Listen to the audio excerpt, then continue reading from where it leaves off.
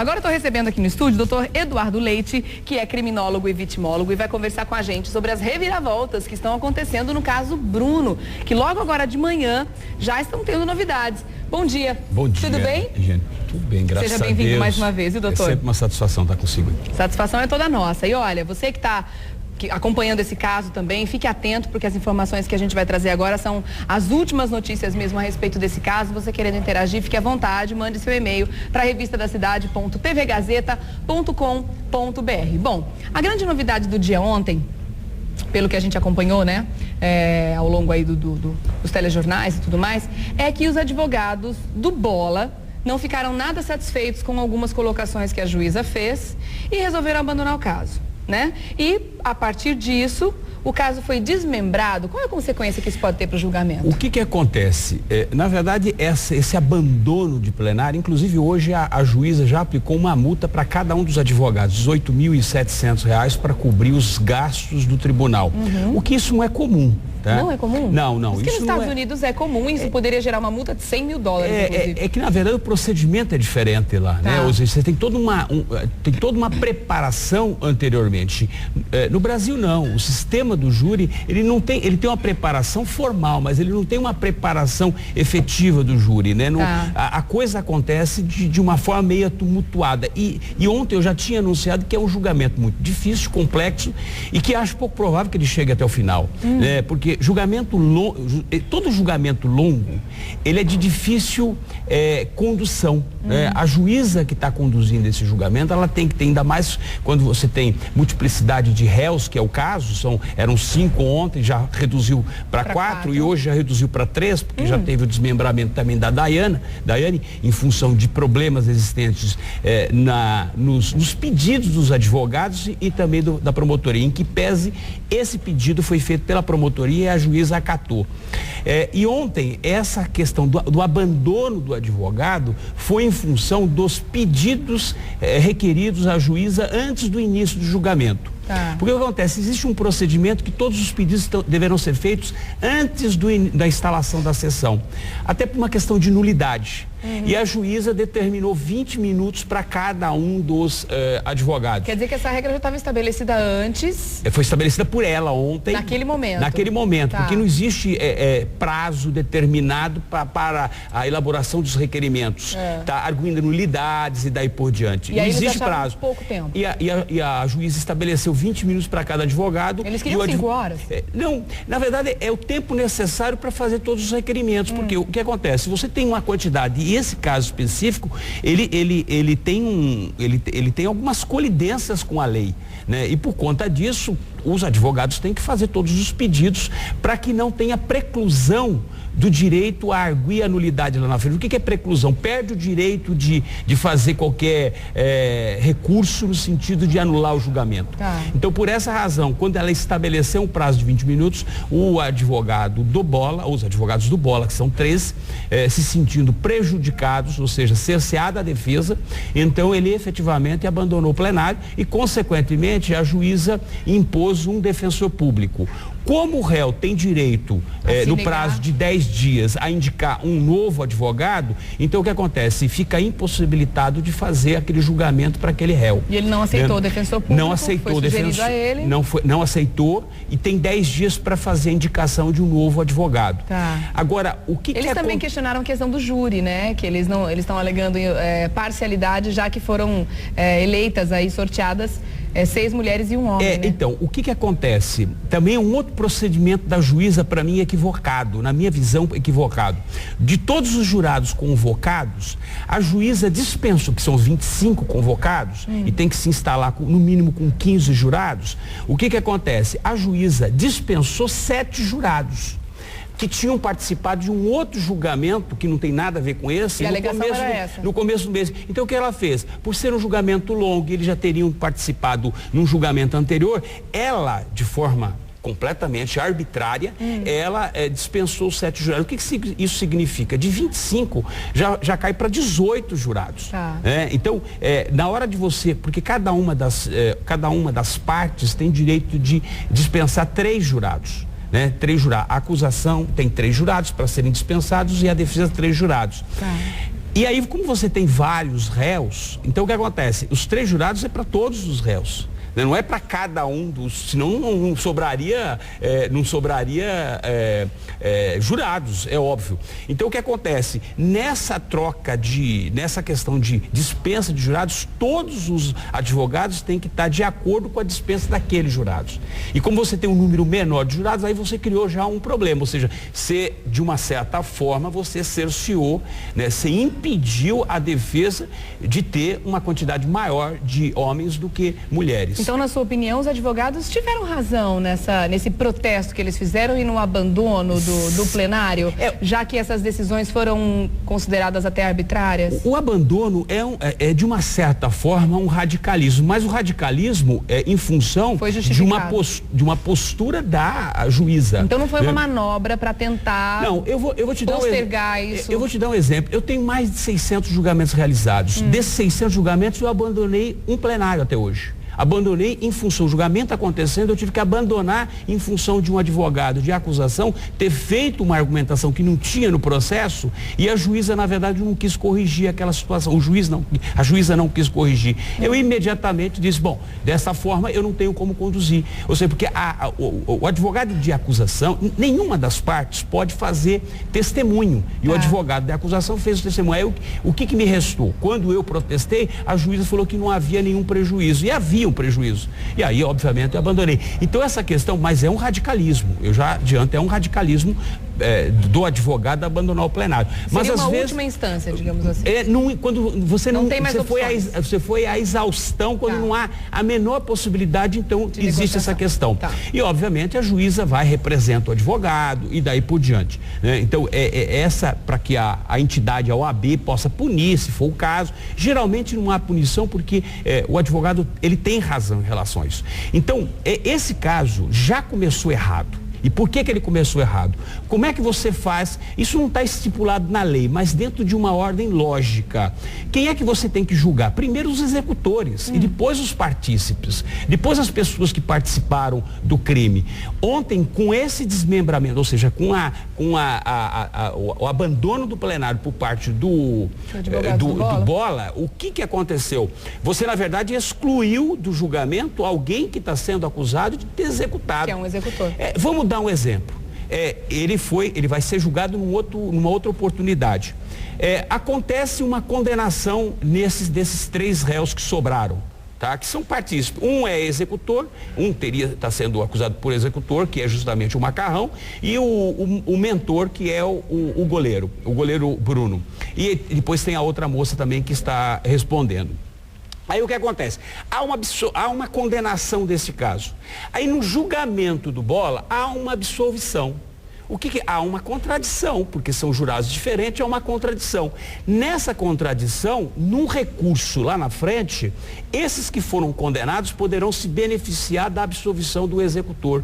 Porque se o executor foi... É lógico, a jurisprudência estabelece isso. Se o executor foi absolvido, não tem razão de manter uma decisão condenatória para aqueles que participaram.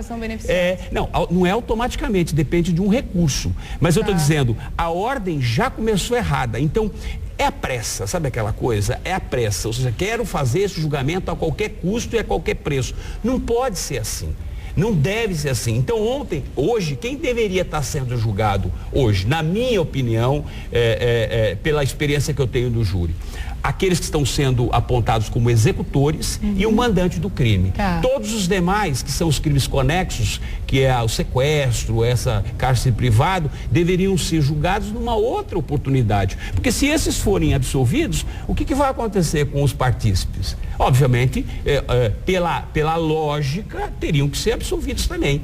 Então você pode ter um processo inverso.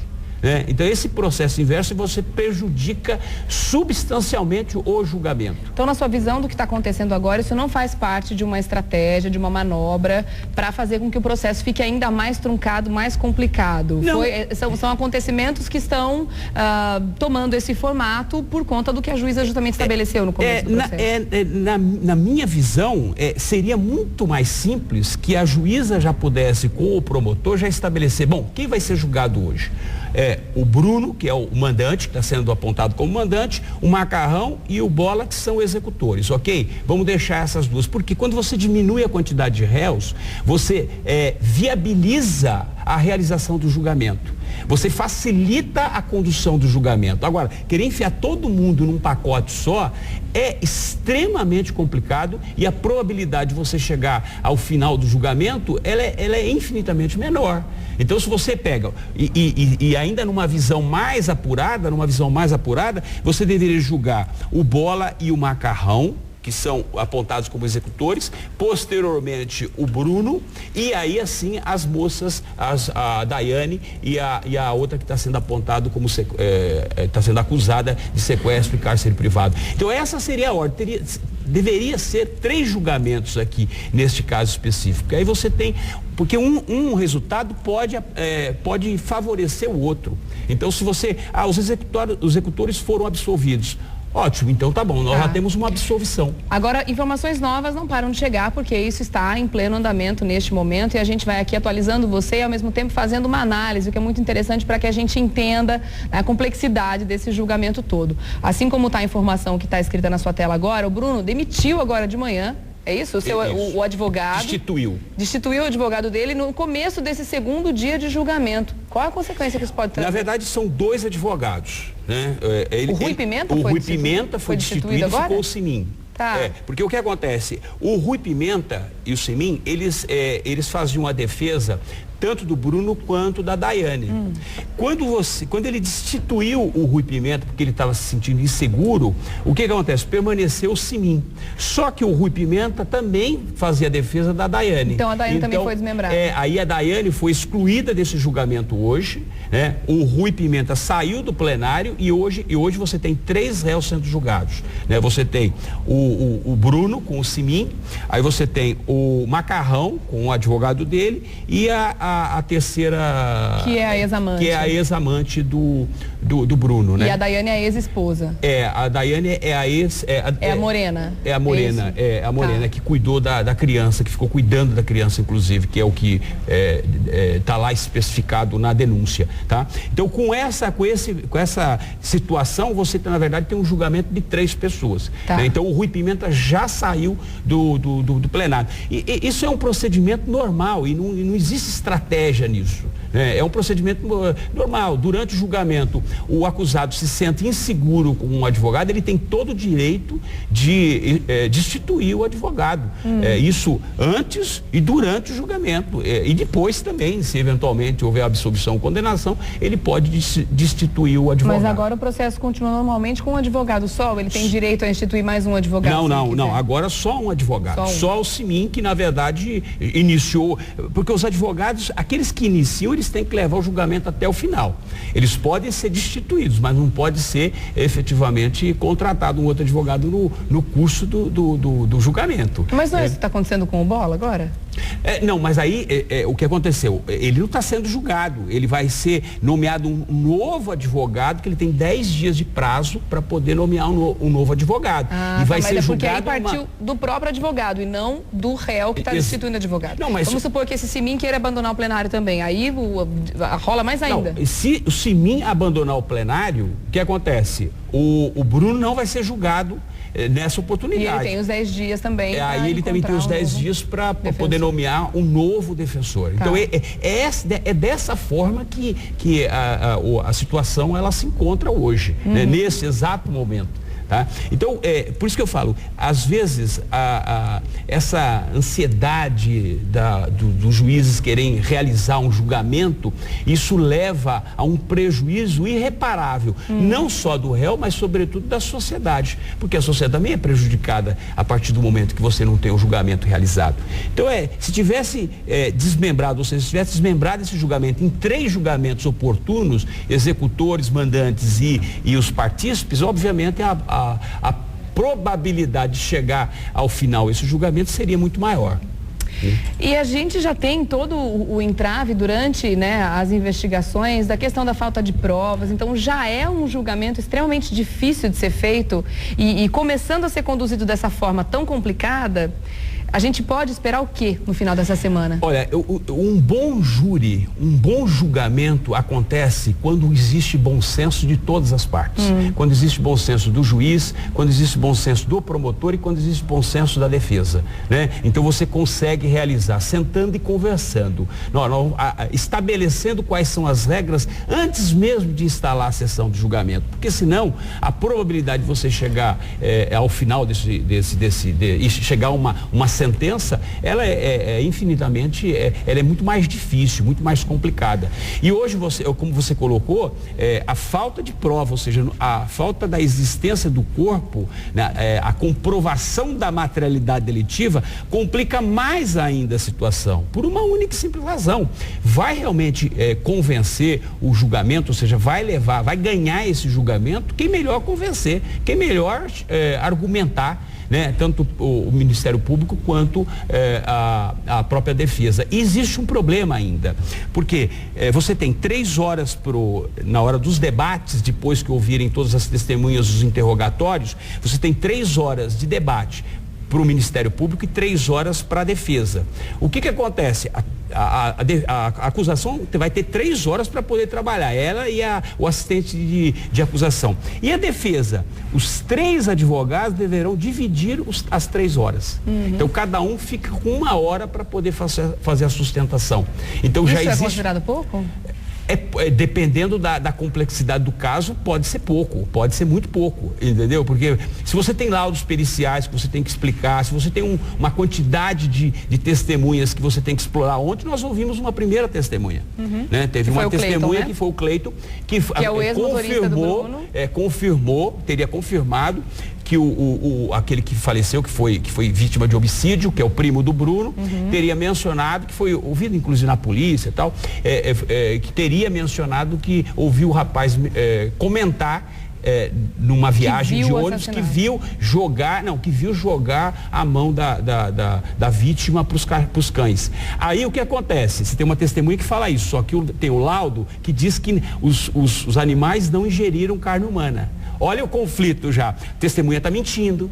Ou seja, mentindo num primeiro momento, ou seja, ela está revelando um fato que não ocorreu, porque se tivesse ocorrido, obviamente, a perícia teria constatado que aqueles animais teriam ingerido carne humana.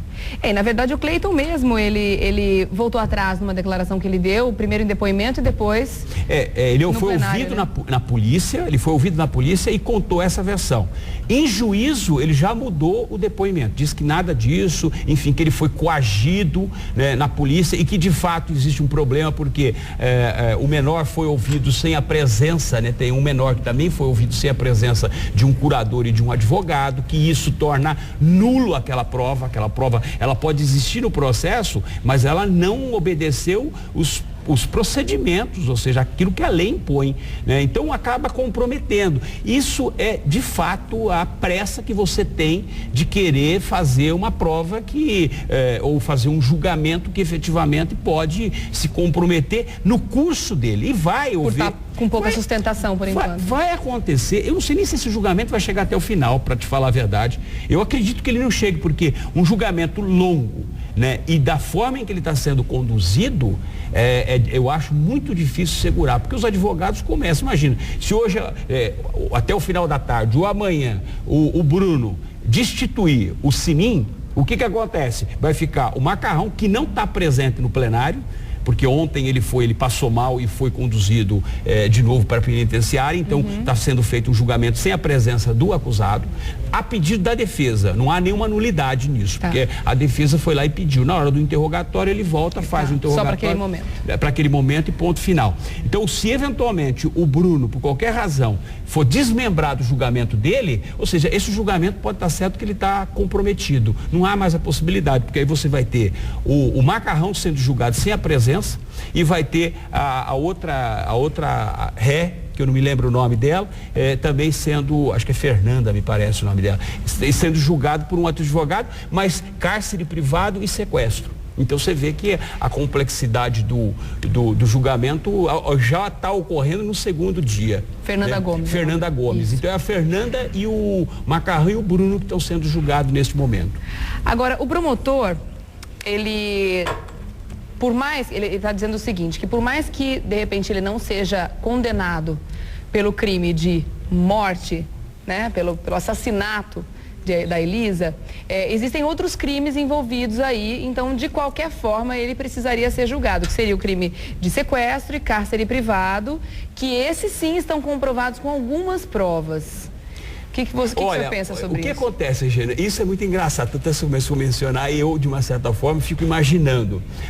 Um advogado, um promotor que sustentou o tempo todo, chega no dia do julgamento, já começa a jogar toalha. Ou seja, dizer, olha, não é bem assim, não está comprovada a materialidade, entretanto, tem aqui outros crimes que deverão ser condenados. Ou seja, você já começa a fragmentar os indícios do Ministério Público, entendeu? Ou seja, é a pressa, eu volto sempre nessa questão que é a pressa. Então o que acontece? Hoje ele já admitiu que a possibilidade, não a possibilidade dela estar viva, mas a possibilidade de não ter a prova que efetivamente comprove a questão do homicídio praticado. Né? Porque você não sabe nem como é que ela morreu. Se você não tem o corpo, você não sabe nem como é que ela morreu.